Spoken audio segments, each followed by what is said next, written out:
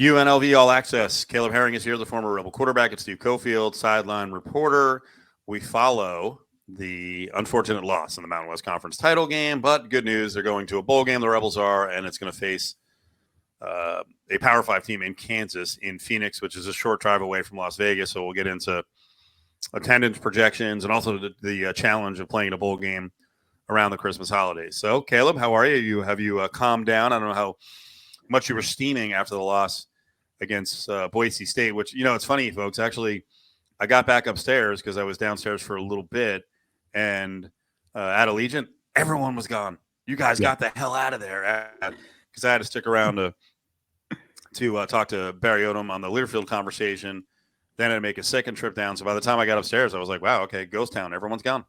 Yeah, we got out of there pretty quick. Well, I did. Quicker than usual, I think. And because I had family in town that came to the game, so I didn't want to keep them waiting extended longer than they had to.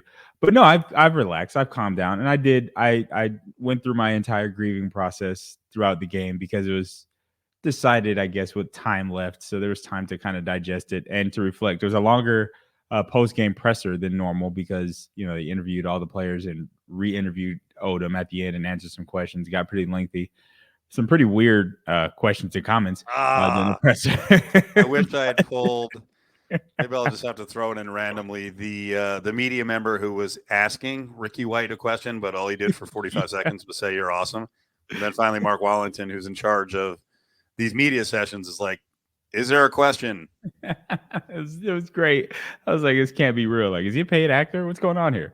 The Ricky White hype team. But no, I mean, not like he doesn't deserve accolades or to be respected in that way. Just maybe not in the post-game presser after the loss. But I went through my emotions during the game, and at the end of it all, I was still proud, very proud of what the Rebels did, and I had to tip my cap to Boise State for their game plan and the talent that came through in that game for them. Obviously, they've been a championship contender for decades now in the Mountain West. So no surprise that they were ready to go. UNLV got to this dance and unfortunately couldn't seal the deal. So it was an experience. It was fun. It was great. It was fun. I have to comment on the crowd.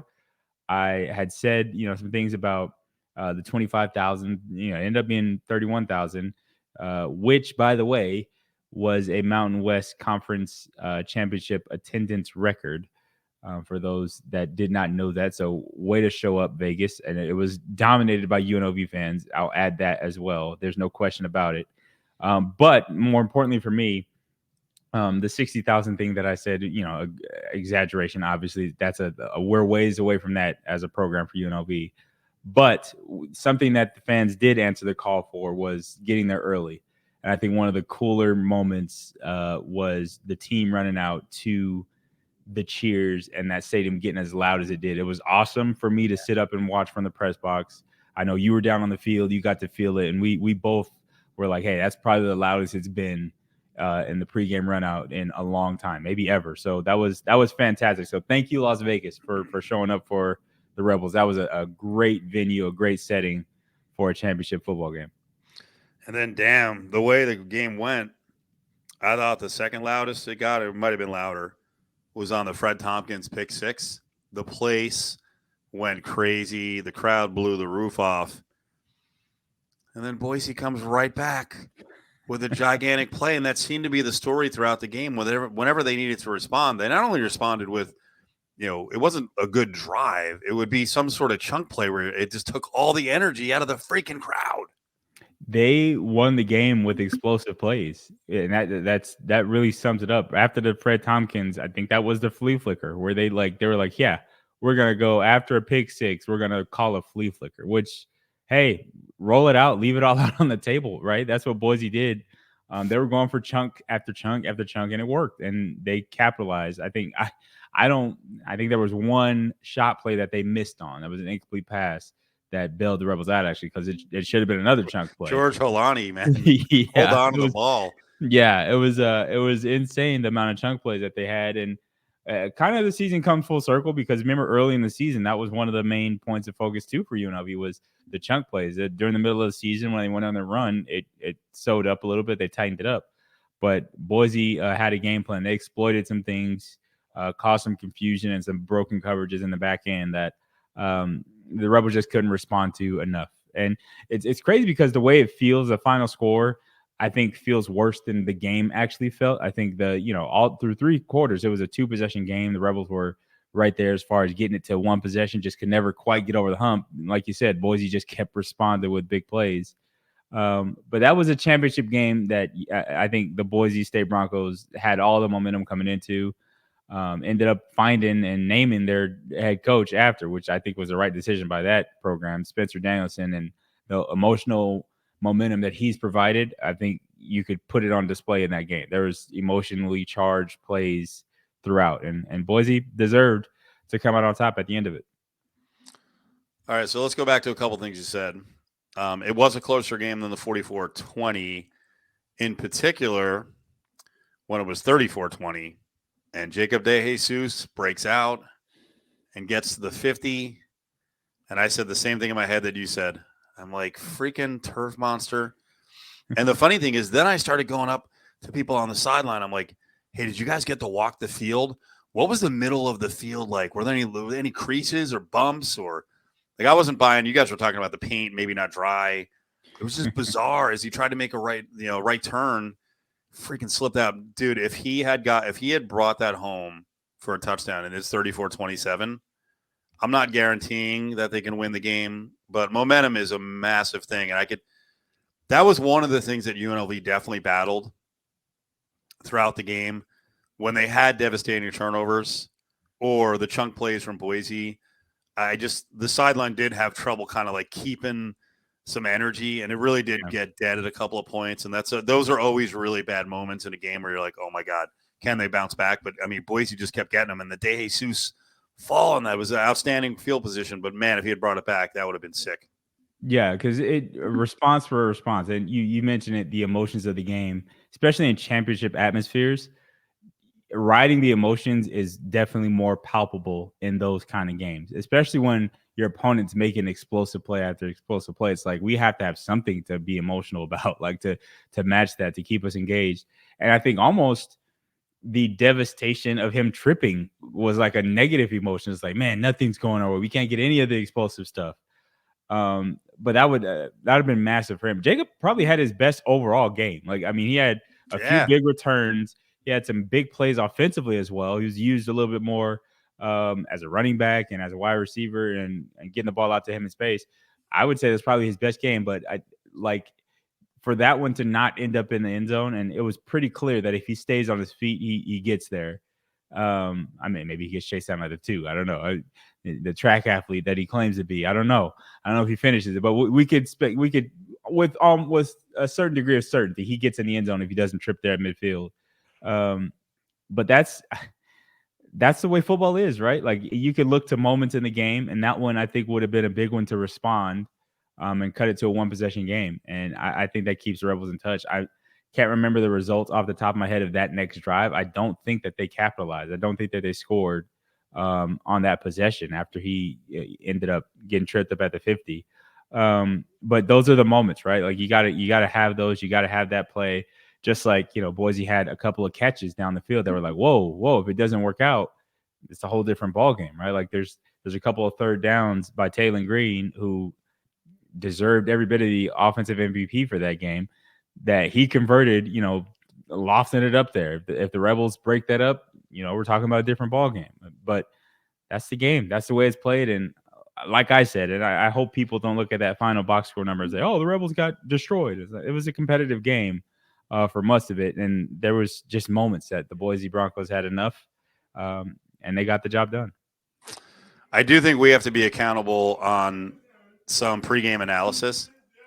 One of it included us talking about the kind of yardage that Boise could pile up. And you said it, and I agreed with you on the weapons for San Jose State versus Boise State, that San Jose State has a more complete offense, and that's why you could open things up for a guy like Kyrie Robinson. Yeah. Boise State, when they're on, they have really good tight ends. Their receivers are big time. They have multiple running backs. And obviously, if Taylor Green is accurate, he's a ridiculous guy to stop because then he's got, I compared him during the game on that long 70-yard run, not to Doug Brumfield, but actually to Armani Rogers, where he's got the long strides. And that run was great too, because he kind of like snaked through, and I think multiple defenders were like, oh, he's just going to go down. Like, he ain't going down. And then once he got into full stride, it was like, wow, he's a lot faster than you realize. So if Green is playing well, and who knows what's going to happen now because he's in the portal, but if he's playing well, Boise weaponry wise has every bit as much as San Jose. And I'll say it, Kyrie Robinson is good. Ashton Genty is, and I said it to everyone, that was the guy I feared. He is 100% an NFL player. He is awesome. He is the difference maker. And if you look at really the way that they structured the game plan for the championship game, one, I'll comment first. The Broncos had a 2-quarterback system for a lot of the year. And I don't think Taylor Green was allowed to get, developmental time to become who he was in that game, or who he's been at the end of the season. They've been splitting time, him and Maddox Maxon, I believe is his name. They were splitting a lot of reps during the season. So late in the season, he really came into his own. And I think really against UNLV with the game plan that they had, unfortunately, he came all the way to the front and center. So, but Ashton Genty is every bit as good as advertised. I would even say better. We talked him up.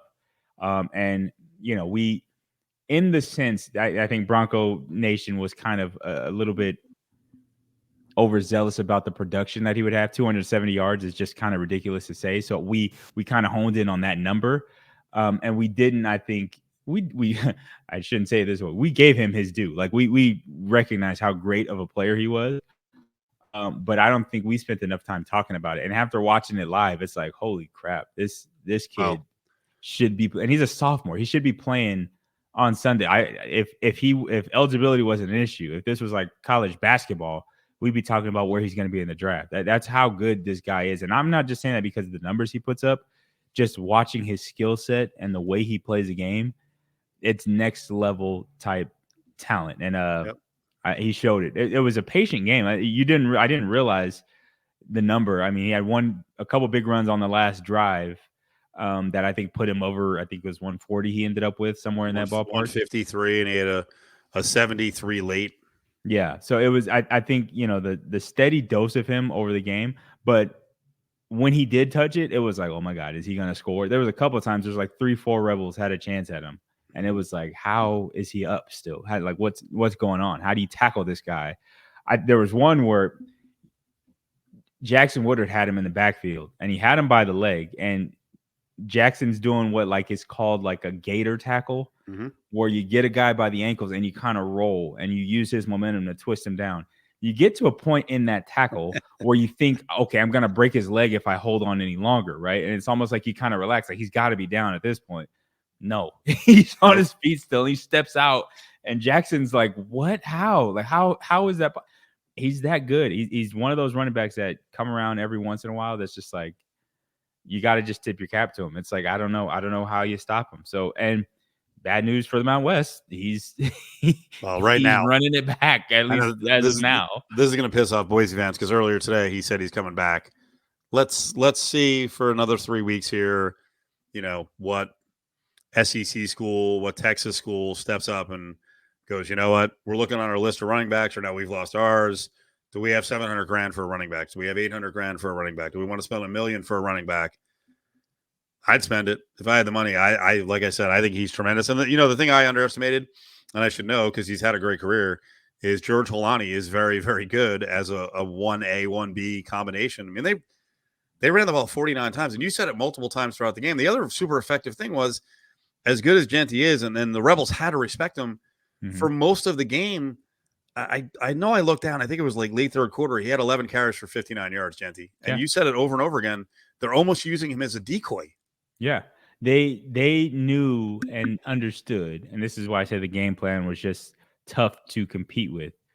They put him in positions where the defense had to adjust to where he was and then exploited where he wasn't. And the big run by Green was using him as a slot receiver on a jet sweep. And it's like your antennas go up as a defender. It's a natural instinct to like, hey, we've talked about Genty so much. He's in the slot.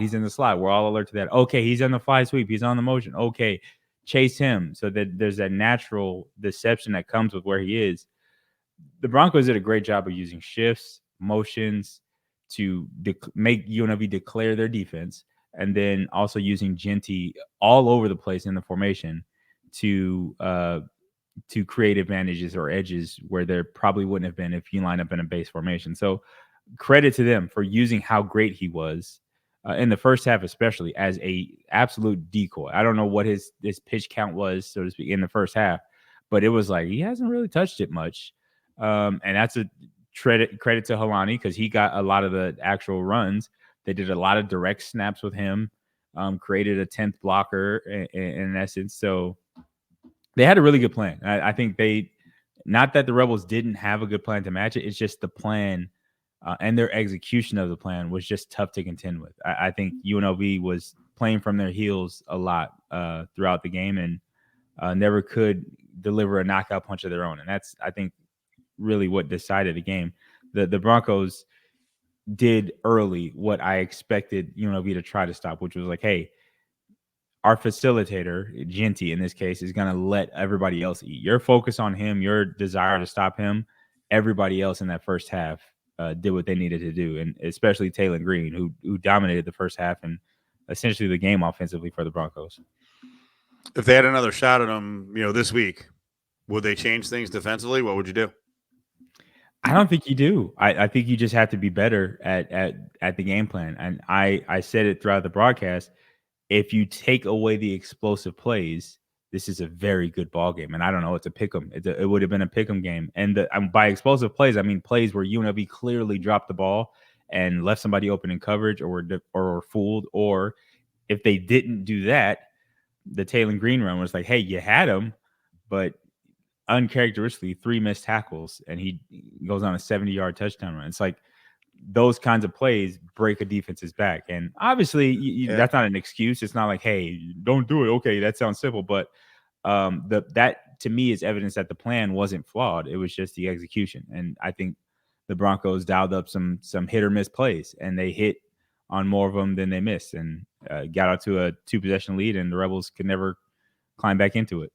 I'll give you 2 things that we worried about all year long, and we thought they fixed one of them, and I think you had feared that the other one was going to come to fruition. One, we thought in the middle of the season the deep shots defending them was fixed, but the eye discipline in this game was not there, and really everyone fell victim to a moment where they got caught, moving up too much, getting sucked in, or looking in the backfield. So I think that's the number one thing they're going to be looking to remedy in the transfer portal or with the recruiting class. I think, again, there's going to be a massive overhaul of the defensive backfield, but especially at the corners. They're going to try to get better, bigger. I think maybe more experienced guys, more Jackson Turners. And Jackson even made a mistake in the game early, but they're going to have – and it's not going to be one person. Like, they're going to have depth at one of the cornerback positions, and I'm sure the other one, Cam Oliver, has a chance to start again. And notice what I say. Cam Oliver was a second-team All-Mountain West Conference player. He's really good.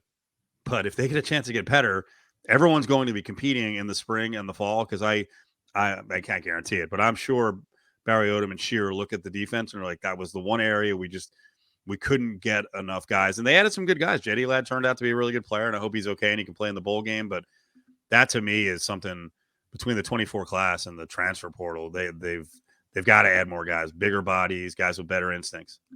I think one of the things in a game like that you would want to do when eye discipline becomes a problem, you want to be able to play man coverage a little bit more. And that speaks to the guys in the secondary, but also it speaks to the front seven. And I don't know that the defensive line is as dominant a defensive line where you trust them to stop the run without support from the secondary, without multiple eyes flying to the ball. If you got your defense to the point where you're 5 up front, like let's say you're 3 down linemen and 2 of your linebackers are stout enough to like demand double teams, control the gaps without, creating extra gaps with the edge defenders, then I think you maybe trust man coverage a little more, and that helps. Or maybe just trust coverage on the more bodies on the back end. I think UNLV this season has had a philosophy, and it may be just an element of the 3-3-5, where the secondary is very heavily involved in the run support. I think when you look at the opposition, you look at Boise State, they trusted their front seven and just about always had a cover two shell or two safety high shell on defense because they're like, hey, we're not going to load the box up. We're just going to trust our front seven to be stout against the run. Sometimes they got exploited, and UNLV had some pretty good runs, but they stuck with their guns and didn't let UNLV blow the top off. And that, I think that was a part of the offensive struggles for Jade Mayava was that the things that he had as far as blowing the top off and taking shots deep, especially to Ricky White, those things weren't as easily available or readily available. The looks were more complicated in the play action pass game. And this is not to say that stuff wasn't there. They had stuff, and I can't stress that enough. But I think the way that Boise was able to play the run, I think you would want UNLV to get to a point where you could also do things like that and trust your front seven or six, however many you want to put in the box as your base defense, to be stout against the run without leaning on your secondary so much. Then you have two safeties high to kind of take up space on the back end to eliminate explosive plays. And this is just philosophical stuff that you want to do when you got the dudes. This is not to disrespect anybody on UNLV's roster because they've been great. There's a lot of all Mountain West guys on there. But I just don't think that the roster fully has reached the point where Coach Odom can implement that kind of system. And they did what what was best for them with the roster that they have. And they maximize, and nobody can contest this. They maximize this roster. And I think when you get to the point where you've got three hogs up front that are like space eaters, that you're not going anywhere. The line of scrimmage ain't moving. You got, three linebackers that are like the same thing. You get to the second level, we ain't moving. Then It's a little bit of a different philosophy with what you do with your secondary players.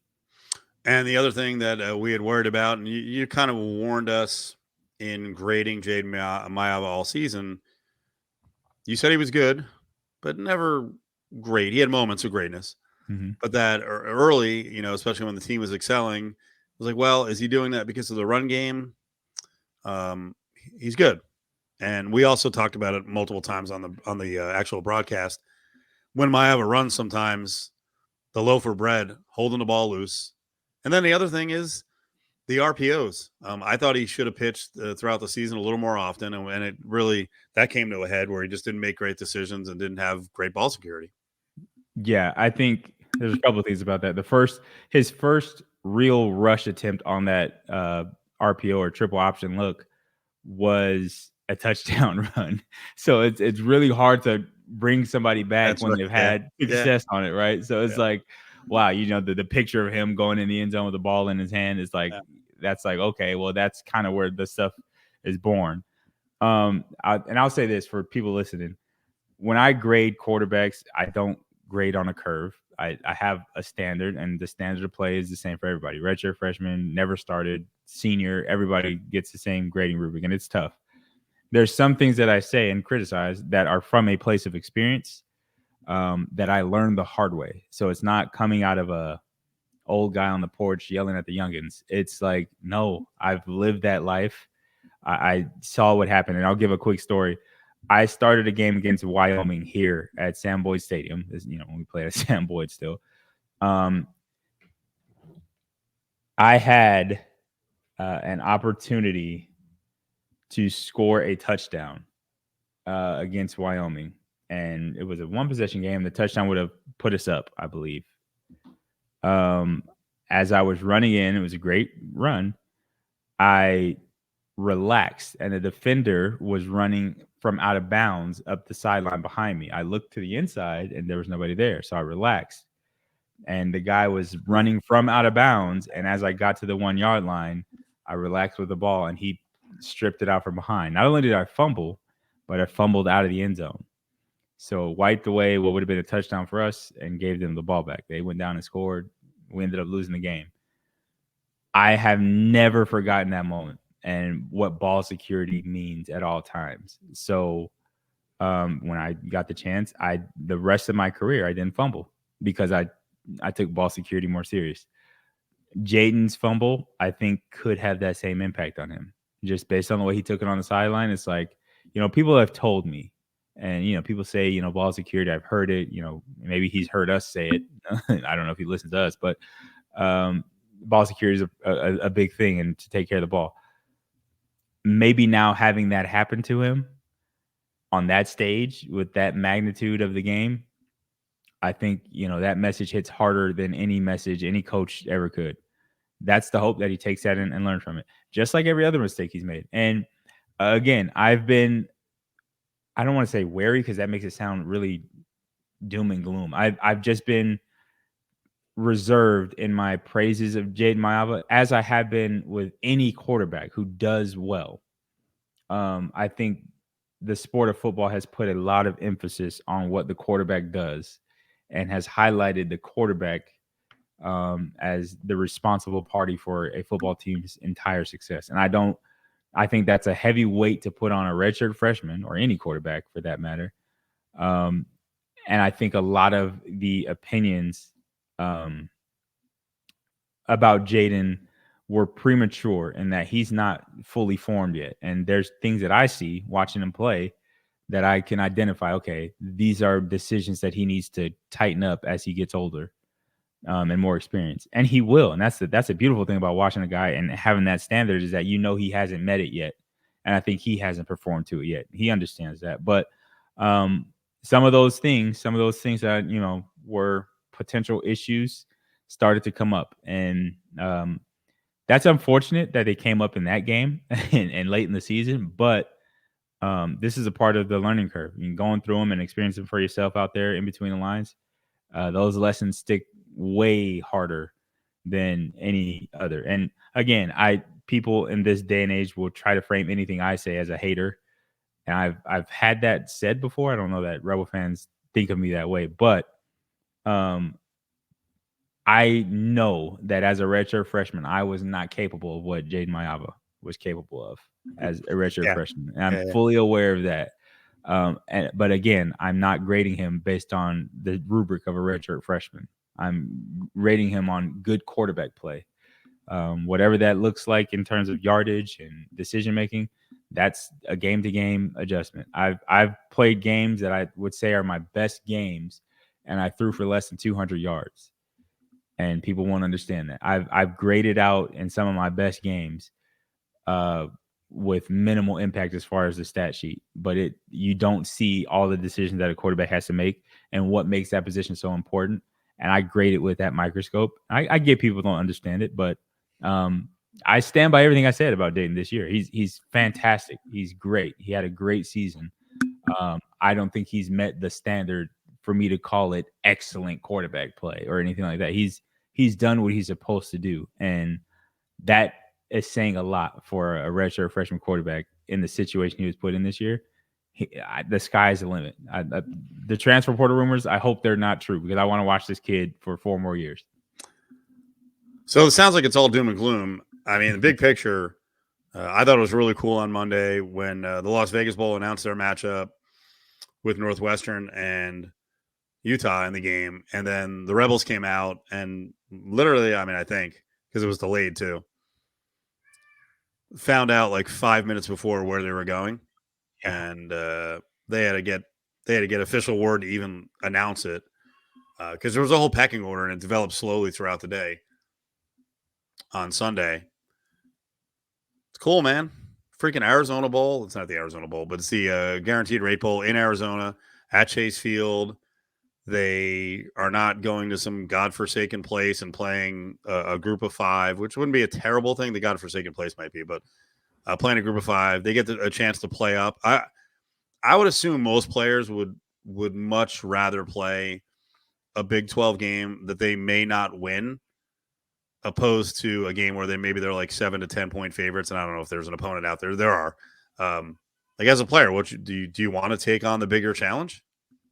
I think the whole point of a bowl game is the exposure to me. I think more than any other game, there's non-conference schedule games and things like that. Speaking from a school like UNLV and group of 5 schools, during the regular season, you get the Michigans or the powerhouses that it's like, okay, I hate to say it, but sometimes that's not the barometer, right? Like, that's not where you're supposed to be right now. And it's early in the season. You really don't even know who you are as a team. In the case of UNLV, that was the case. Game 2, nobody really knew what the Rebels were. They still were learning themselves. So bowl season, though, is a chance for exposure, one, because if you made it to this point, the sheer number of games that are being played on any given day are less. So more people are going to be tuned into whatever the games are in bowl season. Then, like you said, playing up, you get to see and measure yourself against competition that maybe looked over you. And I don't know, the recruiting stories that some players on UNLV have where it's like, hey, Kansas, I wanted to go there, and they never even gave me a look. No, none of their scouts ever came to my school. And you remember that as a player in college, you're like, hey, I know the schools that were on campus and came to either talk to me or to not talk to me and just were looking at somebody else or told me I wasn't good enough. I have something to prove. There's kind of a chip on your shoulder. So these games give you an opportunity to do that. It's good for the conference ratings. I think people have started and have kept track of conference versus conference. I know the Mountain West has been one of the better conferences as far as bowl game success. Like, you get into a bowl game and beating whoever the opponent from the other conferences is. Mountain West is usually good at that. So there's a lot of that going on as well. But it's another stage, and it's more exposure for players to kind of say, hey, look, this is what I can do. And, guys like Jaden Thomas, who's, on the all freshman team, or at least got honors. I'm not sure if he actually made the team, but pretty sure he did. I think he had the most touchdowns of any freshman running back in the nation. So I'm pretty sure he was on the all freshman team along with Jaden Mayava. But for those guys who didn't get, guys like Jaden who didn't get recruited at all out of high school, it's like, who are you guys to say that I'm not deserving of it? Like, UNLV gave me a chance, yeah, and now I have a chance to go to your school. The ones that said I wasn't worth it or didn't even get stars or whatever, I'm gonna show everybody that I was. So yeah, there's some of that. You definitely want to play up to those guys. It makes the championship, I guess, more meaningful. And it's kind of the old adage: to be the best, you got to beat the best. I want to play tough competition. I wasn't the guy at the park when playing like pickup ball who was like, I want to stack my team so I run the court and just win every game. No, I wanted to, like, hey, you're the best player on your team. I'm the best player on my team. I want to go at you all day long and see if I can beat you. And that's kind of what playing up does. It's like, hey, we saw that we won 9 games in our conference. Or how many ever games we won in our regular season. But now I want to play you. You are another quality opponent. You got 7 or 8 wins. I want to play you and see how we fare and see if, this Power 5 conference stuff is really worth all the hype. Yeah, and it's a good game for recruiting. It's a good game for exposure. We'll have a lot more breakdown of the bowl game in the coming weeks on UNLV All Access podcast. Let's close on these points. So Monday was crazy this week with the transfer portal. I don't know what happened with the on3.com guy who his source was. I don't even know that it's completely untrue yet, but he wound up deleting the tweet saying that it's expected that Jaden Mayava will go into the transfer portal. And then Brad Odom responded during the day with some tweet where he took a picture with Mayava. Joe Arrigo said he had a couple sources saying that Mayava is sticking around. JVT on Cofield and Company, I think, had the best source on the subject, who also said that Mayava was staying around. I don't know what's going to happen. I hope he stays around. I will say, from a reporting standpoint, On3 found out that when you send out a tweet about an emerging program in a top 40 market that has more fans than you believe, if you get something wrong or you can't get confirmation immediately, people really cared yesterday. They were really worked up on both ends because I retweeted and I said, maybe he's going into the transfer portal. And then I followed it up 6 hours later after I got off the plane and didn't see anything after 6 hours. And I'm like, well, he deleted the tweet. And this is a lesson for people who read Twitter. Don't freaking overreact. And you know what? I'm going to say it. I'll point her out. UNLV Rebel Girl, I think you're awesome. But like you don't react immediately to anything you see, whether it's Brennan Marion or Mayava, because the report might not be true. And I'm not ripping on 3.com because I think it's a pretty good site. They may have just had a bad source or they got just, weird information on this one. I'll throw one more thing out there. If you tweet stuff out and you don't credit the people who initially reported it, you can get burned this way. Because when you just say in breaking news in Jade Maiava is transferring, that's you. Yeah. So you should be giving credit to whoever put it out in the first place. One, because they deserve credit. Two, to protect your ass.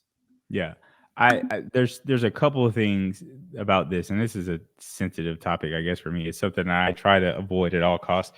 My most famous tweet of Monday was breaking news. I'm minding my own business, because this is the time where everybody wants to be first to the news and be the one that broke the news, but then nobody wants the responsibility of actually being the one to fall on it if it turns out to be false. Right. So I have a couple of thoughts. One, if you're not willing to put a source to stuff, is it really worth saying?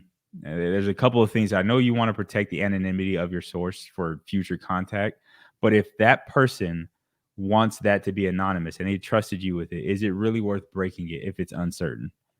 That's to me, that's one way I look at it.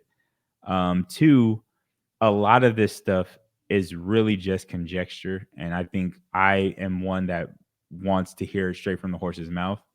When it comes to coaching searches, when it comes to players transferring, I don't really care that you told me. I'm gonna try to confirm it with the person anyway. I really love and hate the players announcing on their own social medias that they'll be entering in the transfer portal, because at least it's theirs to do. And I don't think that they all do it the most effectively, and I think they don't take into consideration the consequences of doing it all the time. But at least they're doing it. It's their choice, and they have to live or die with that news being broken. I have a hot take that I feel the transfer portal should be able to be kept private. In terms of a player should not have to declare the transfer portal based on deadlines or whatnot. They can enter, but I think it should be a member only thing where only the players and coaches who are authorized to see it. Because I think this circus is ridiculous. And I think, again, if we're trying to make this like the coaches in the sense that they can up and leave whenever they want to, right? The coaches have anonymity when it comes to who they're interviewing for, what all these things. Okay. They don't have to say that they're leaving. They don't have to declare that I'm available for hire at this point. Like, no, you're under contract with somebody else. You don't have to speak on it until something's finalized. It's just weird way to put it out. But I have no interest in this side of, and I don't know. I hope you don't take this wrong, because I think you know this about me. I have no interest in this side of sports media, because I don't think people are responsible enough with the access that they get to these players, these people. Right. And I always go back to the Andrew Luck situation, where his retirement was announced as he's on the sideline of his game in the preseason. And the fans are literally reading this breaking news while looking at him on the sideline in his full Colts uniform. That's not how he wanted that to happen. There's no scenario where that was okay. But again, trying to be the first to break the news, you do it without regard to the player or the person that is actually experiencing the news. And that's, to me, I have no interest in being a part of it. I love the games. I love sports, but there's some elements of it that I'm like, I'll mind my own business, as my tweet suggested, when it comes to that stuff. Well, I'm definitely going to report and retweet when guys go in the portal. I did that today with Jordan Morgan, and there's good stories to be told about him. He was a big contributor last year, played 711 plays, really didn't get in the rotation this year, got hurt. I do remember one of the things I saw in the preseason, which again suggested, and I know some people are putting a lot of stock in the Mountain West Wires awards. Places like that, a lot of times, because I think it was 2 years ago, they were projecting how good Brendan Scott was going to be, and I DM'd him. I'm like, he's out for the year. He's not like torn ACL. He's going to be back. And Jordan Morgan actually got, I think it was third team All Mountain West Conference honors in the preseason. And you and I are out of practice, and we're like, okay, he just got moved from safety to cornerback. He's running with the 3s and 4s at cornerback. Yeah. I don't think he's going to be third team all conference safety unless things change a lot. And things can change in practice. But anyway, that was poorly sourced, and the information there wasn't great. But that was a lesson with Maiava for everyone out there. Don't assume every report is correct. When you see a report, see if there's 2 or 3 people confirming it. And and as Caleb especially said, the best source ultimately is if a kid wants his portal information out there, then he'll tweet it. And then at that point, unless you think that's a fake tweet by a fake person, yeah. that's when you should probably go with it. If they want it out there, then report on it I think or react to it. especially if the source of the tweet is somebody you've never seen tweet about your market before. Yeah. I like And that was the case. I don't get the I know the website has, you know, some reputation. It's not like they're just some random dark site website or something like that. But have you seen anybody tweet about UNLV from that site at all throughout this season or throughout the story of Jay Mahava? No, it's so I think you just got to do some, you know, some research on your sources first, and you know, like we used to do back in school. I don't know if they do research papers the same way anymore. I don't know if kids today know what a bibliography is, but you gotta, you know, be able to cite your sources and be confident in them if you're going to run with them. And I don't want to bash everybody, because reporting the news and getting the information out there is a part of the spectacle, is a part of what drives the sport. I get it. And when guys go on the transfer portal, you know, I say this every time when somebody has transferred from UNLV, I wish them the best. I harbor no ill feelings towards anybody who decides to transfer or leave. And in the coaching world, I have no ill will or hard. If Brendan Marion was interviewing with UTEP, if he were to take that job, or if he were to take any other job, if any of the assistants or coaches took another job, I wish you the best of luck. You were great while you were here. I appreciate everything you did. You have a life. You want to make your own decisions. That's for you and your family to decide around the dinner table. Marcus Arroyo just landed a gig as the offensive coordinator at Arizona State. I have no bitter feelings towards Marcus Arroyo. I wish him the best. I like the comments. He's all about ASU now. Great, good for him. I don't. It's even if guys get fired or let go or whatever the case may be. Why would I take any personal or harbor any personal feelings or opinions about that person? It's their life to live how they want to, and that's kind of the whole point of the transfer portal. I don't want to be one of those people that gets all worked up about how ridiculously crazy Monday was, because it was a fiasco as far as the transfer portal goes. Yeah, I woke up this morning and I saw a report that Dylan Gabriel had already moved from Oklahoma to Oregon. I'm like, wait, what? And it was fake. So just be very careful out there.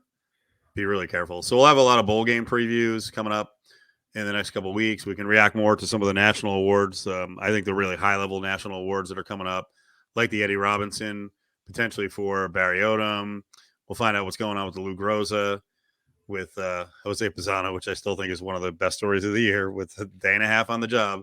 And freaking Bobby Petrino delivers the best kicker or top 3 kicker in the country. So a lot to come on the football front, and then we really have to start getting into basketball with Curtis Terry, as we're getting ready for a game in Dayton, Ohio. And unfortunately, going into the game, Rebels are kind of hobbled. They can't get an answer on Keelan Boone.